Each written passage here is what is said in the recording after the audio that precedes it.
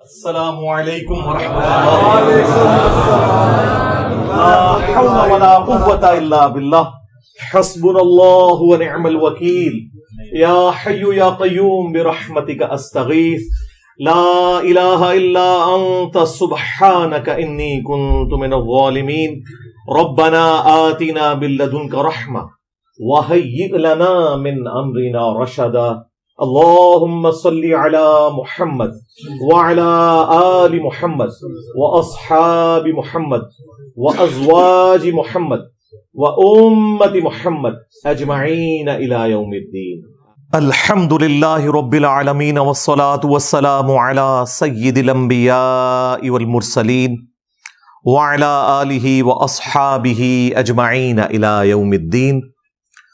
الحمد للہ آج 26 نومبر 2023 کو سنڈے کے دن ہمارا یہ پبلک سیشن نمبر 122 ہوگا.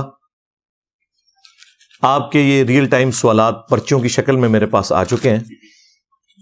انہیں انشاءاللہ میں بعد میں ڈسکس کروں گا.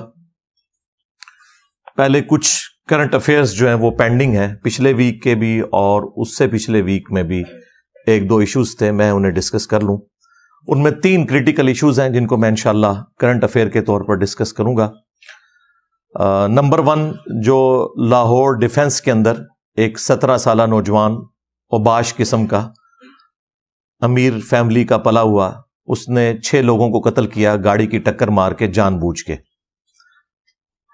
نمبر 2، پچھلے ویک کے اندر آرمی چیف نے علماء کرام کے ساتھ ایک میٹنگ کی.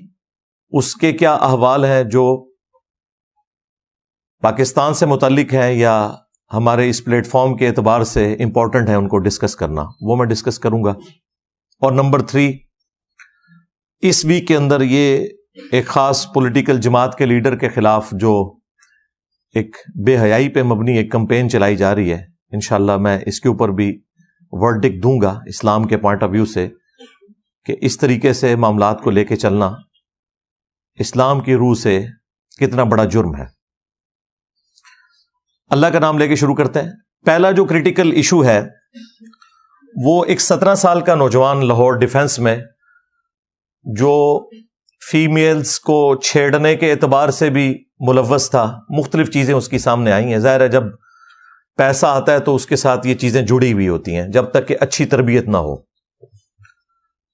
تو اس کی کوئی تلخ کلامی ہوئی کسی کے ساتھ، پھر وہ اس کو گاڑی میں چیز کرتا رہا، اور جیسے ہی وہ گاڑی ایسی جگہ پہ آئی اس نے دوسری طرف سے لا کے آلموسٹ کوئی 110 تو یہ کلیم کر رہے ہیں لیکن بعض لوگ کہہ رہے ہیں وہ 150 تک سپیڈ تھی، وہ جا کے اس میں ٹکرا دی اس نے گاڑی، جس کی وجہ سے 6 لوگ ایک ہی فیملی کے موقع پر شہید ہو گئے. اللہ تعالیٰ ان کی مغفرت کرے اور یہ جو تکلیف انہوں نے کاٹی ہے اس کے عوض ان کے گناہوں کو معاف فرمائے، ان کے لواحقین کو صبر دے اور اس صبر کے اوپر اجر عظیم عطا فرمائے، آمین. تو شروع میں تو اس کیس کو دبانے کی کوشش کی گئی کیونکہ وہ ایک امیر فیملی سے تعلق رکھتا تھا. بہرحال الٹیمیٹلی جو چیز سامنے آئی وہ یہی تھی کہ یہ جان بوجھ کے اس نے سب کچھ کیا اور 6 لوگوں کی جان لے لی. ایک ہی خاندان کے وہ سارے لوگ تھے. اس بیچارے کی تو فیملی ختم ہو گئی، اس کی بیوی اس میں شہید ہو گئی، اس کا داماد بھی، اس کا بیٹا بھی اور اس کی بہو بھی، اور چھوٹی اس کی پوتی یا نواسی وہ بھی ساتھ شہید ہوئی. تو اس واقعے نے پوری قوم کو ہلا کے رکھ دیا اور اس کے بعد سے آپ دیکھ رہے ہیں کہ کس طریقے سے کریک ڈاؤن شروع ہوا ہے. پنجاب کے اندر تو جو آئی جی پنجاب ہے ڈاکٹر عثمان صاحب، وہ ماشاءاللہ پہلے ہی کافی ایفیشینٹ تھے اور یہ ایک موقع ان کو ملا، اس کی وجہ سے انہوں نے پھر سختی کی کہ جن لوگوں کے لائسنس نہیں بنے ہوئے وہ لائسنس بنوائیں، اور جو یہ چھوٹے بچے اس قسم کے موٹر بائک لے کر ویلنگ کرتے پھر رہے ہیں یا کار کے اندر ریسیں لگاتے پھر رہے ہیں ان سب کے چلان کیے گئے.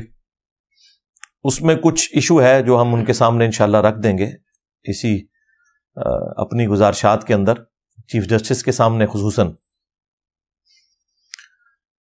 آج کل جو نوجوانوں کے اندر ماں باپ کی عدم تربیت کی وجہ سے، غلط تربیت تو کوئی نہیں کرتا لیکن تربیت نہ کرنا بھی ایک طرح سے آپ پروموٹ کر رہے ہیں اس طرح کے لوگوں کو کہ وہ اپنی جان کو تو جوکھوں میں ڈالتے ہیں، دوسروں کی لائف بھی ونریبل کر دیتے ہیں۔ اکثر آپ کو نوجوان 14 اگست کے موقع کے اوپر آگے پیچھے بھی ویلنگ کرتے نظر آئیں گے، اور پھر موٹر بائک کے اوپر وہ لیٹ جاتے ہیں۔ چلو تم نے خود حرام موت مرنا ہے، مر جاؤ، لیکن جس طریقے سے تم ڈرائیونگ کر رہے ہوتے ہیں، آگے سے کوئی بیچارہ اپنی فیملی کے ساتھ موٹر بائک پہ سفر کر رہا ہے، 2 بچے اس نے ٹینکی پہ بٹھائے ہوئے ہیں، بیوی کو پیچھے بٹھایا ہوا ہے، اور ذرا سا یہ بندہ